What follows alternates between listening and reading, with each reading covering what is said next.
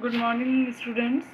In previous class, I had given you the exercises related to the simple past or past indefinite or past continuous tense.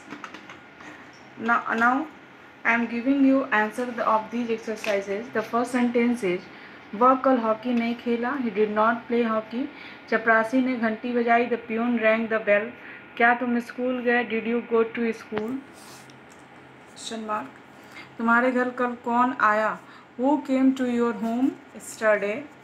Sita ने कल गाना गाया. Sita sang a song. Way football खेल रहे थे. They were playing football. तुम मेरे नौकर को बुला रहे थे. You were calling my servant. वे घर नहीं जा रहे थे. They were not going home. क्या हम बाजार जा रहे थे? Were we going to market? तुम कल कहाँ जा रहे थे?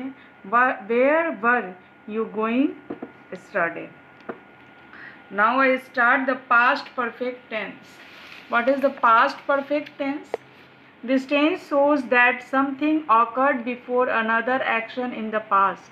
यह टेंस यह बताता है कि पास्ट में ही कोई घटना जो है एक घटना से पहले हो चुकी है. It can also show that something happened before a specific time in the past. ये भी बताता है कि कोई घटना निश्चित समय से पहले समाप्त हो चुकी है. कोई घटना पास्ट में ही निश्चित समय से पहले समाप्त हो गई है या किसी एक घटना के पहले दूसरी घटना भी हो चुकी है. यानी दो कार्य पास्ट में, दो काम जो है वो पास्ट में हुए हैं लेकिन एक दूसरे के पहले हुए हैं, लेकिन वो सारी चीज़ें, वो सारे जो घटनाएं हैं वो सब पास्ट में ही हो चुकी है. उनका प्रेजेंट और फ्यूचर से कोई मतलब नहीं है. तो पास्ट परफेक्ट हमें क्या बताता है?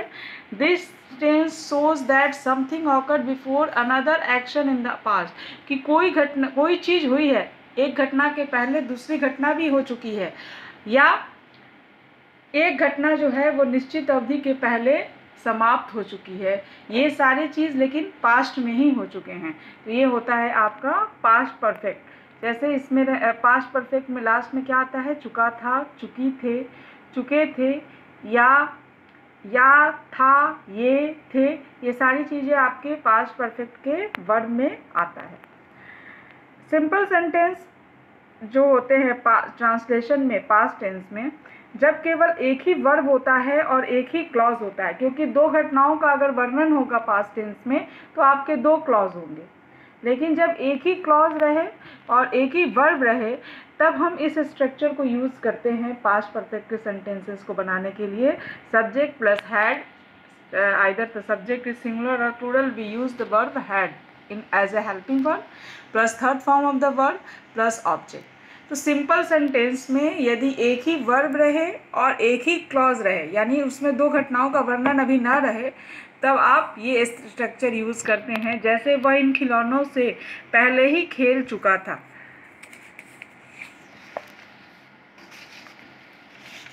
और in simple sentence this tense is used when before, till, already are used. ऐसे सेंटेंसेस में ये टेंस तब यूज़ किया जाता है जब बिफोर यानी पहले के सेंस में यूज हो, टिल यानी तक में, ऑलरेडी यानी पहले से ही. जैसे यहाँ सेंटेंस है वह इन खिलौनों से पहले से ही खेल चुका था.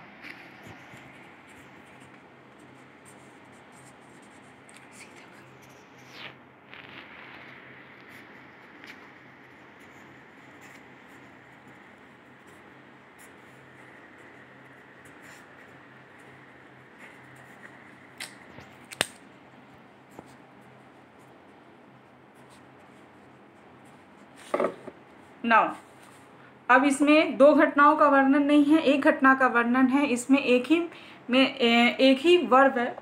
तब हम इसको बनाएंगे तो क्या बनाएंगे? पहले सब्जेक्ट रहेगा यानी वह, ही, हैड. पहले से ही का अर्थ होता है already. He had already played, third form of the verb, with these twice.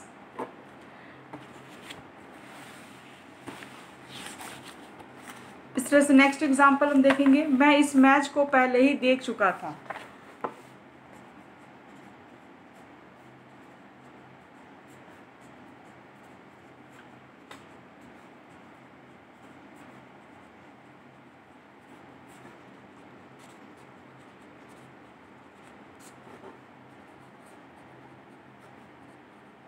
क्या हो जाएगा?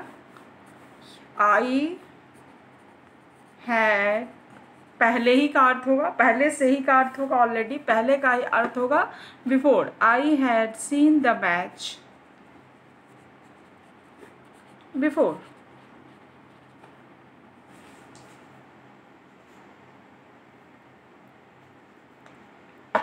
तो इन सारे नेक्स्ट एग्जाम्पल अगर हम टिल का लेके बनाए, तक, टिल का मतलब होता है टक। मुझे कल तक आपका पत्र नहीं मिला था। तो क्या हो जाएगा? आई हैड, हैड के बाद आप नॉट लगा देंगे नेगेटिव का। I had not received your letter till study. अब इन सारे सेंटेंसेस में आप देखेंगे कि यहाँ पे दो क्लॉज नहीं है, एक ही क्लॉज है, एक ही मेन, ये वर्ब भी आपका एक है। तो आप इस स्ट्रक्चर को फॉलो कर रहे हैं, subject plus had plus third form of the verb plus object.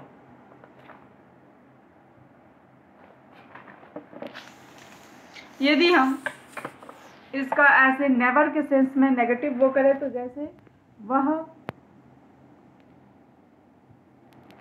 Taj Mahal पहले कभी नहीं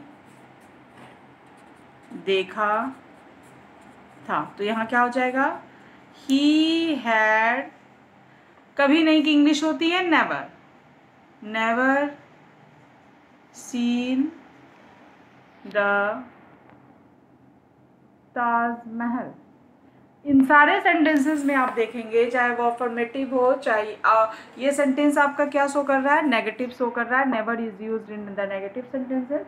इन सारे सेंटेंसेस में आप देखेंगे कि जो भी यूज हुआ है वो एक ही क्लॉज है, इसमें एक ही वर्ब है, और इसलिए हमने इस स्ट्रक्चर को फॉलो किया है।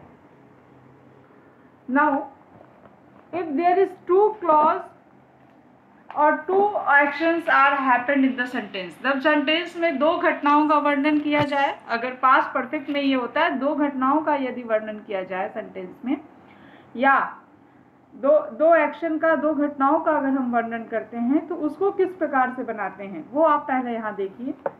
दो घटनाओं के वर्णन में यदि जो काम पहले होता है उसको हम पास्ट परफेक्ट में लिखते हैं, और जो काम बाद में होता है उसे हम पास्ट इंडेफिनिट में लिखते हैं। क्या करते हैं?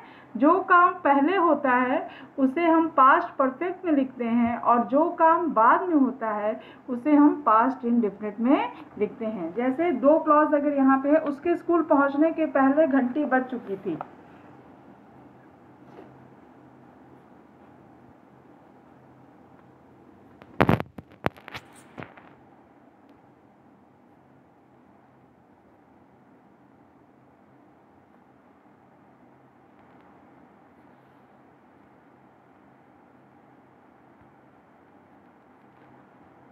घंटी बज चुकी थी। अब देखिए कौन सा काम पहले हो गया? पहले कौन सा काम हुआ? घंटी बज चुकी थी। तो इसको आप किस में लिखेंगे? पास्ट इंडेफिनिट में। अगर रफली हम लिख दें द बेल हैड रंग, और कौन सा काम बाद में हुआ? उसके स्कूल पहुंचने का। ही, इसे हम किस में लिखेंगे? पास्ट इंडेफिनिट में। ही रेज्ड। तो इसको ऐसे अरेंज करेंगे यहाँ, the bell had rung before he reached, उसके स्कूल पहुंचने के पहले घंटी बज चुकी थी। The bell had rung before he reached.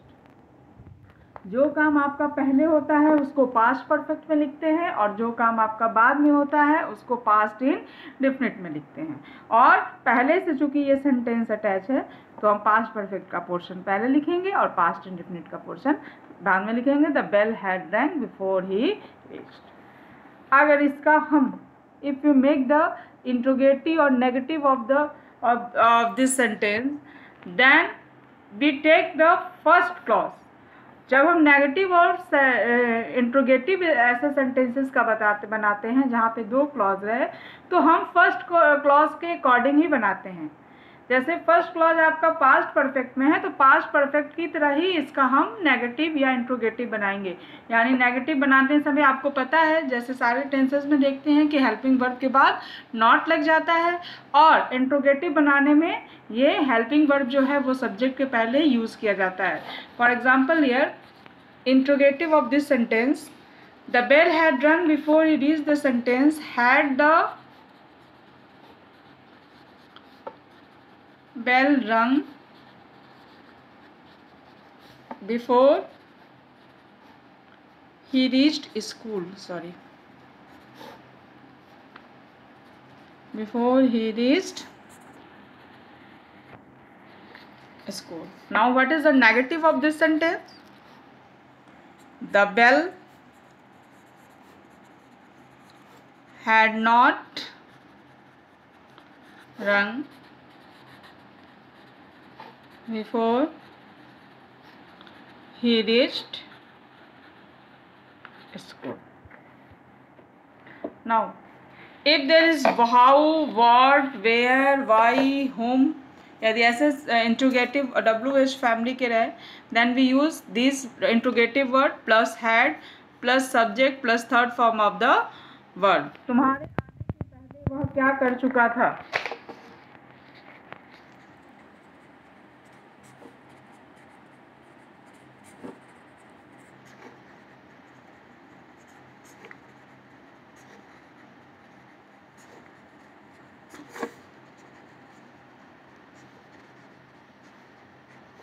वह क्या कर चुका था। अब देखिए पहला इंट्रोगेटिव वर्ड आपका यहाँ पे क्या है? क्या। तो यहाँ पे क्या हो जाएगा? वॉट। और पहले वाले जो वाक्य हैं इसको हम पहले बनाएंगे, इसके बाद तो ये पहले वाला वाक्य यहीं से आपका शुरू है तो क्या हो जाएगा? वॉट। इसके बाद हमें क्या करना है? इंट्रोगेटिव वर्ड के बाद हैड लगाना है, तो what had he done. Next clause आपका किस में बनेगा? पास्ट पर इंडेफिनिट में, बिफोर यू कैन।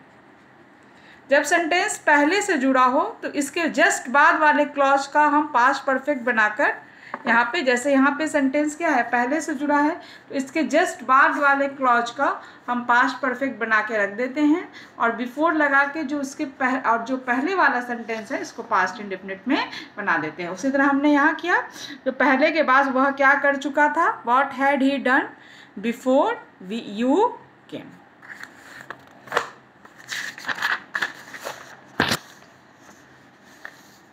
यदि सेंटेंस आपका हाउ मच से है, हाउ मेनी, विच, हुज से रिलेटेड है, तो आपको पता है इसके साथ आपके रिलेटेड नाउन आते हैं प्लस हैड प्लस वर्ब का third form of the word. जैसे सेंटेंस है यहाँ, डॉक्टर के आने के पहले कितने रोगी मर गए थे। तो डॉक्टर के आने के पहले कितने रोगी मर गए थे, तो पहले के बाद से आप लेंगे क्योंकि यही पहले काम हुआ है। तो हाउ मेनी और रोगी, sorry, how many patients, how many patients had died. How many के साथ उनके रिलेटेड नाउन क्या है? Patient. How many patients had died before the doctor came. If interrogative word who treat as a subject,